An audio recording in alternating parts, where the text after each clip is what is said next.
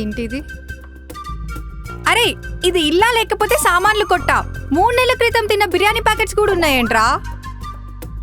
ఓ అదా, అది నా జ్ఞాపకాలు రమ్య.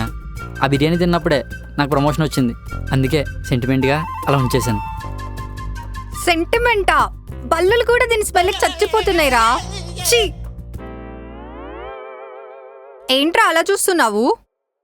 కుక్కలా గరుస్తుంటే గుడ్ల గూబిలా చూస్తున్నావేంట్రా? అంటే వచ్చి 2 రోజులు ఉంటా అని చెప్పి 4 రోజులైనా ఇంకా వెళ్ళలేదు కదా, ఏంటి అని చూస్తున్నాను. అయితే ఉండొద్దా?